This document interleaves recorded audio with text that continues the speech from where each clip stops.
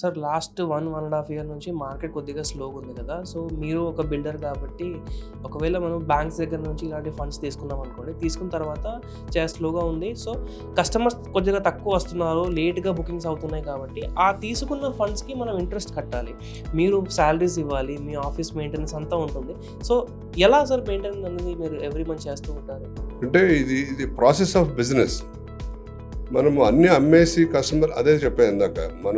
మనం కన్స్ట్రక్షన్ కానీ లేఅవుట్ కానీ స్టార్ట్ చేస్తున్నామంటే మన ఓన్ ఫండ్స్ కొంత ఉండాలి, ఫండింగ్ కొంత తీసుకోవాలి.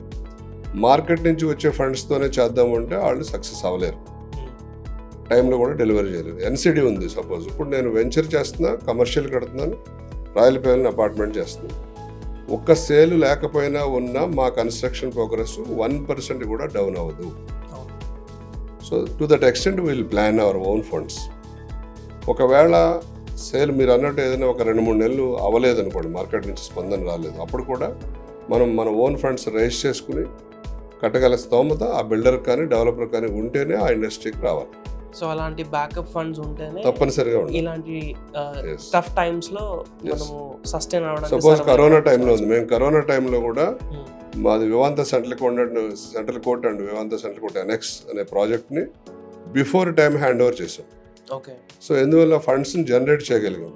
నేను ఉన్న ల్యాండ్స్ని అమ్మి మరీ కన్స్ట్రక్షన్ చేసే ఆ టైంలో.